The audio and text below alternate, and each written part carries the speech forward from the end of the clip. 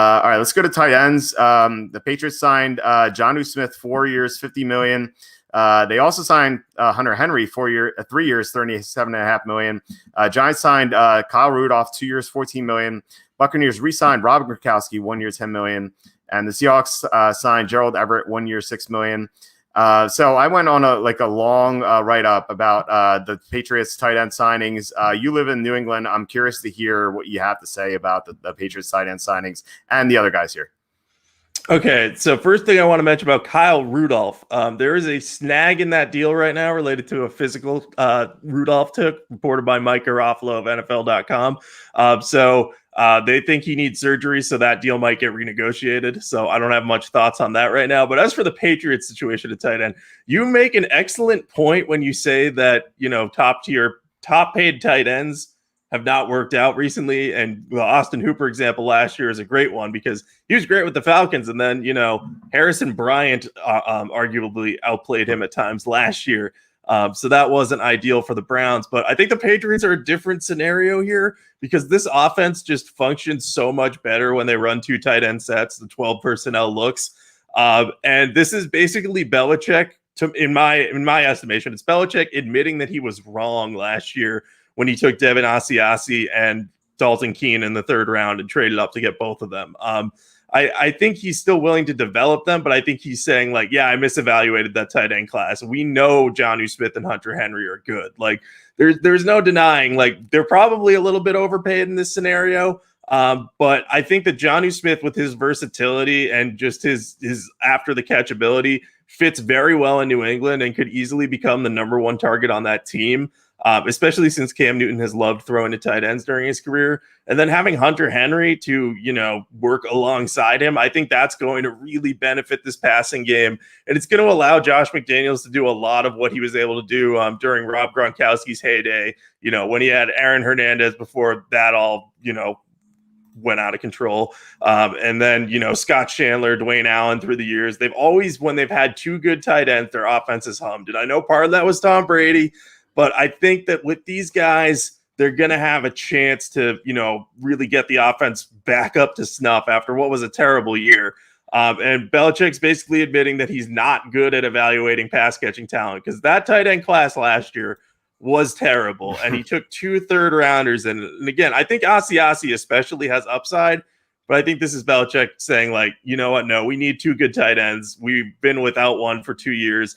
I think they have a total of or they're averaging 27 catches per year the last 2 years from their tight end spot, by far the worst in the NFL. So they had to do something. Will this work? I'm not sure, but I do trust Josh McDaniels to properly utilize these guys. So I'm willing to spend extra at the position, even if it means going against the paying tight ends big money rule.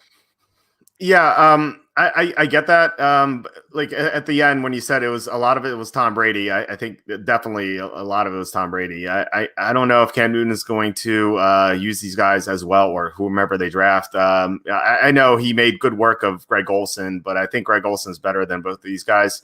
Jonnu Smith, I don't get at all. He just hasn't. He never lived up to his potential in Tennessee. He has a lot of athletic talent. He has upside.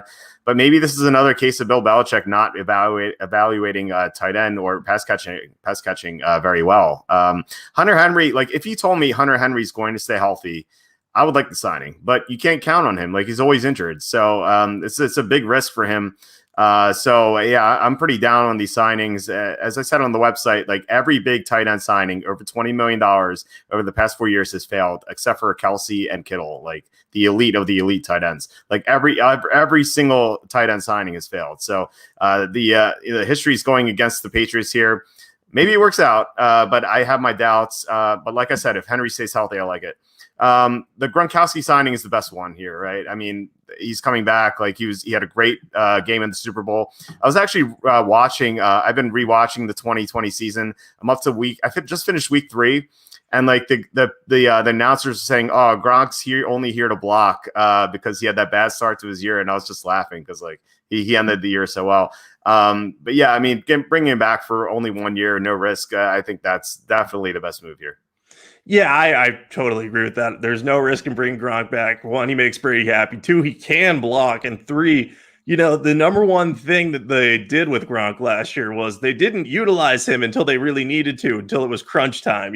Second half of the season, they're fighting for the playoff spot. Gronk becomes a bigger part of the game plan. Super Bowl, Gronk becomes a huge part of the game plan. It's just how he's worked in recent years, because you don't want to use them all up at the beginning of the year and then have him get hurt. So I think Gronk, as long as Brady's around, Gronk will be interested in playing. So getting him on a 1-year deal for $10 million, sure, sign me up. Bring him as much of that core back as he can. You'll have a good shot at repeating, or at least making another deep playoff run. Yeah, for sure. I'm surprised they haven't signed James White yet. So we'll see if that happens. TJS, I thought the Dolphins own the Texans' #1 pick. That's this year, not in 2022. So the Texans still can get that top pick.